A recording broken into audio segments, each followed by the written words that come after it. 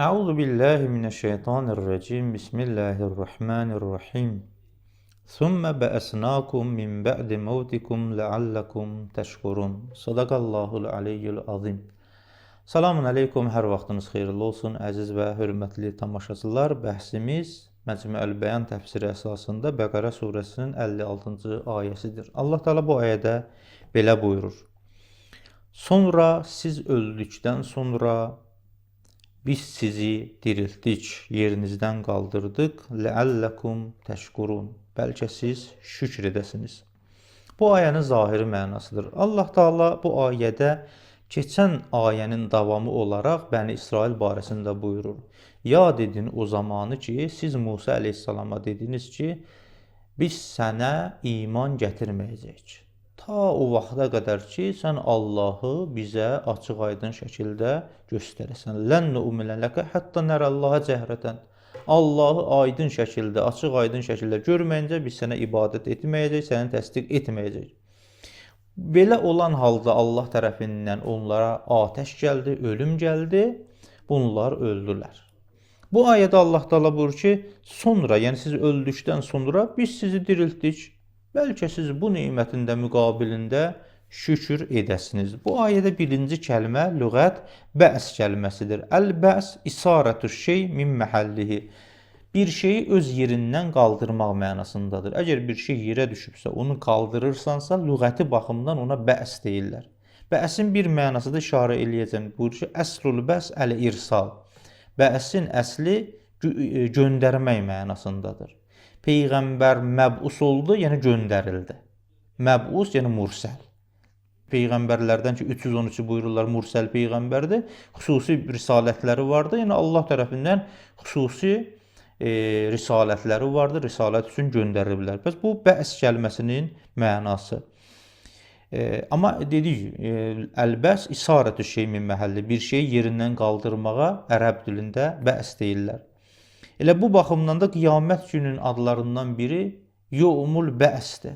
Bəs günü. Nə üçün bəs edilir? Çünki ölənlərin hamısı öz yerlərindən qaldırılacaqlar. Bəs, yəni məbus olacaqlar. Bütün ölülər öz yerlərindən, öz qəbirlərindən qaldırılacaqlar. Bu bəs kəlməsinin lüğətdə olan mənası. Amma bu ayənin izahı və təfsiri. Buyurur ki, sümmə bəsnakum. Yəni, ey sümmə əhyəynakum. Yəni, biz sizi diriltdik min bə'di mevtikum. Siz öldükdən sonra biz sizi diriltdik. Sizə həyat verdik. Killi istiqmalı acalikum. Sizə həyat verdik, diriləsiz.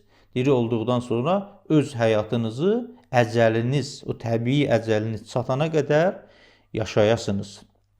Əlbəttə, bəzilər buyururlar ki, sümmə bə'snakum peyğəmbər məbus eləmək mənasındadır. Yəni, bəzilər belə deyiblər ki, İnnəhum sə'alu bə'dəl ifaqə ən yub'əsu ənbiya. Onlar bu hadisələrdən sonra Allah Teala'dan istədilər, ayıldıqdan sonra, özlərinə gəldikdən sonra Allahdan istədilər ki, onların arasında bir sıra peyğəmbərlər, peyğəmbərliyə məbus olsun. Fəbə'əsəhumullah ənbiya. Allah Teala da onlar üçün peyğəmbərlər göndərdi. Yəni, həqiqətdə belə olur mənası. Fəyəkunu mə'nahu bə'əsnakum ənbiya. Biz sizin əranızda bir neçə nəfər seçib peyğəmbər olaraq göndərdik, siz ölüb dirildikdən sonra. Amma birinci məna nəzərə gəlir ki, doğru olsun ki, siz öldükdən sonra biz sizi qaldırdıq, diriltdik. Burada bir məsələ də var ki, Allah Teala ki, onlar Musa əleyhissalamdan Allahı açıq-aydın şəkildə görməyi istədikdən sonra bunların hamısını öldürür. Bunların arasında Musa əleyhissalam da var idi. Aya Musa əleyhissalam da bunlar kimi öldü. Buyurur ki, əcməəl müfəssirun illa şirzimədun yəsirə. Az təfsir alimlərindən başqa bütün təfsir alimlərinin hamısının etiqadı budur ki, Ənəllahə ləm yəkun əmata Musa əleyhissalam. Musa əleyhissalamı öldürmədi onlar kimi. Və lakin xuşiyə əleyh. Lakin o da bihuş oldu, yerə düşdü. Onlar öldülər, amma Musa əleyhissalam ölmədi. Buna şahid olaraq Quran ayəsindən də bir dəlil gətirir. Bu ki, fələmmə əfaqə qalə subhanəkə tubtu ileykə. Musa əleyhissalamın huşu əfaqə, ifaqə kəlməsindən götürülüb. İfaqə kəlməsinin mənası bihuş olandan sonra, huşsuz olduqdan sonra huşa gəlməyə ərəb dilində ifaqa deyirlər. Buyurur ki, başqa ayədə də Allah vaxtı ki Musa əleyhissalamın huşu başına gəldi, dedi: "Subhanəkə tubtu ileykə." Münezzəhsən ey mənim Allahım bütün nöqsanlardan, mən sənin tərəfinə qayıdıram. Pəs buna əsasən Musa əleyhissalam onlar kimi ölmədi. Əlbəttə başqa ayələrdə də bu barədə geniş bəhs olunur ki, Musa əleyhissalamın dilindən də ərin ilahi özünü mənə göstər. Bu barədə bəzi sünni alimləri buyururlar ki, əgər Allahın görünməyi mümkün olmasaydı, Musa əleyhissalam istəməzdi ki, ilahi özünü mənə göstər. Bəs əgər Musa əleyhissalam istəyibsə, bəs mümkündür. Bizim alimlər cavab verirlər, xeyr, Musa əleyhissalam əvvələn özü üçün istəmədi. Musa əleyhissalamın qovmu Bəni İsrailin ki, təkidindən sonra onların dilindən istədi. Musa əleyhissalam çox yaxşı bilirdi ki, Allah Taala mücərrəd bir varlıqdır. Mücərrəd bir varlıq görünərsə məkana ehtiyacı olar, məkana ehtiyacı olsa cism olar, cism olarsa möhtac və nöqsan bir varlıq olar.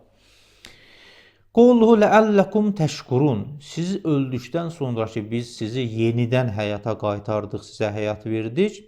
Buna xaric likey təşkurullah əla ni'əmihi əlləti minha radduhul həyata ileykum. Ta Allah Teala'ya siz şükür edəsiniz, hansı ki sizə çoxlu nemətlər verib, o nemətlərdən də biri siz öldükdən sonra sizə həyat vermişdir.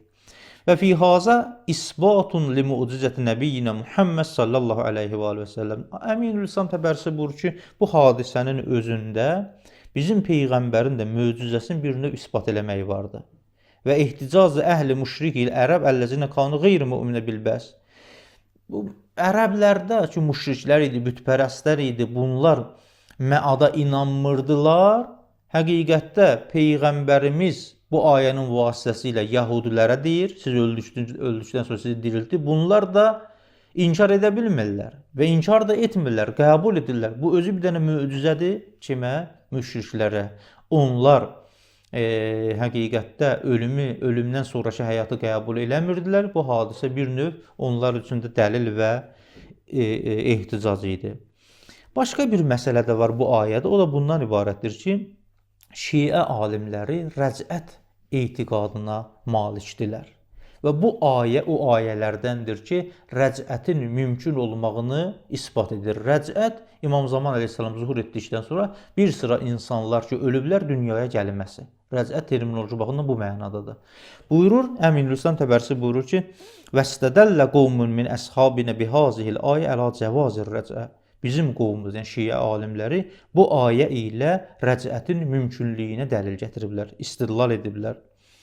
Və qulu mən qala innər rəcəti la təcuz illa fi zəmənin nəbi li təkuna mücizən ləhu və dəlalətən əla nubuvvəti batilun. Bəzilər gəlibdir, xeyr, bu rəcət mümkün olsa da Peyğəmbərlərin zamanına məxsusdur. Yəni Musa əleyhissalamın zamanında mümkün idi, amma ondan sonra mümkün deyil. Deyir, xeyr, bu söz batildir.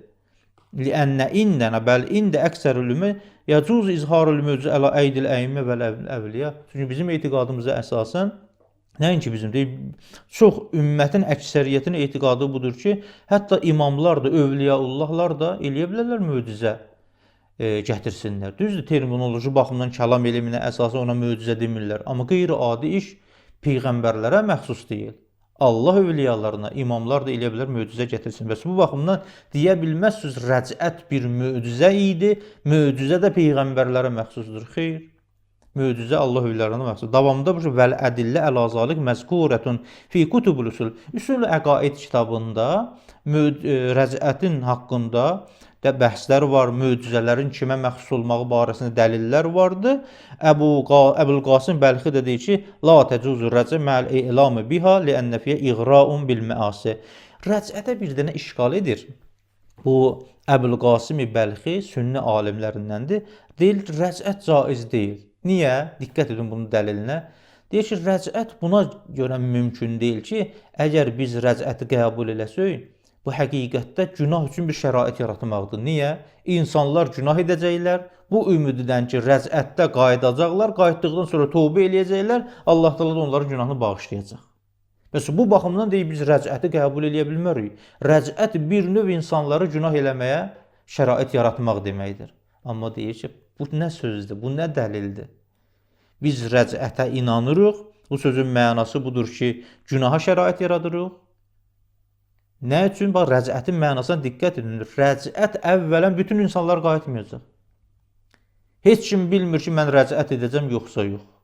Rəcət etiqadı ilə günaha şərait yaratmaq arasında heç bir əlaqə və irtibat yoxdur. Buyurur ki, لأن فيها إغراء بالمعاصي من جهة الاتكال على التوبة في الكرة الثانية. Çünki bu Bəlxinin sözüdür. Əgər biz rəcət etiqadını qəbul eləsək, bir növ şərait yaradırıq nəyə? İnsanlar günah eləsinlər. Rəcətdə qayıtdıqdan sonra tövbə edəcəklər. Allah Taala da onların günahını bağışlayacaq, qiyamətə günahsız gedəcəklər. Deyir, xeyr, cavabı ənnə mən yəqulu bir rəcə, rəcətə inananlar la yezhəb ilə ənnən nasa kulluhum yercəun. Rəcətə inananlar belə demirlər ki, bütün insanların hamısı qayıdacaqlar. Tanrı biz deyək ki, mən qayıdacam, bəs günah edim. Və yəsiru iqra'ən bi ən yəqəl ittiqal ələ tövbədir. Bəl la əhədə minəl mükəlləfin illa və yəcuz ən la yercə. Hər bir mükəlləf mümkündür rəcət eləməsin. Hətta mömin, hətta məsələn müsəlmanlardan. Yəni heç kim iddia edə bilməz ki, mən yürüc qayıdacam, onu mən günah edim. Bəs bunu əsasən rəcətlə günaha şərait yaratmaq arasında heç bir əlaqə və rabitə yoxdur. Bu da Bəqərə surəsinin 56-cı ayəsinin qısa təfsiri. Hamınızı Allaha tapşırıram. Vəssalamu aleykum və rəhmətullahi və bərəkatuhu.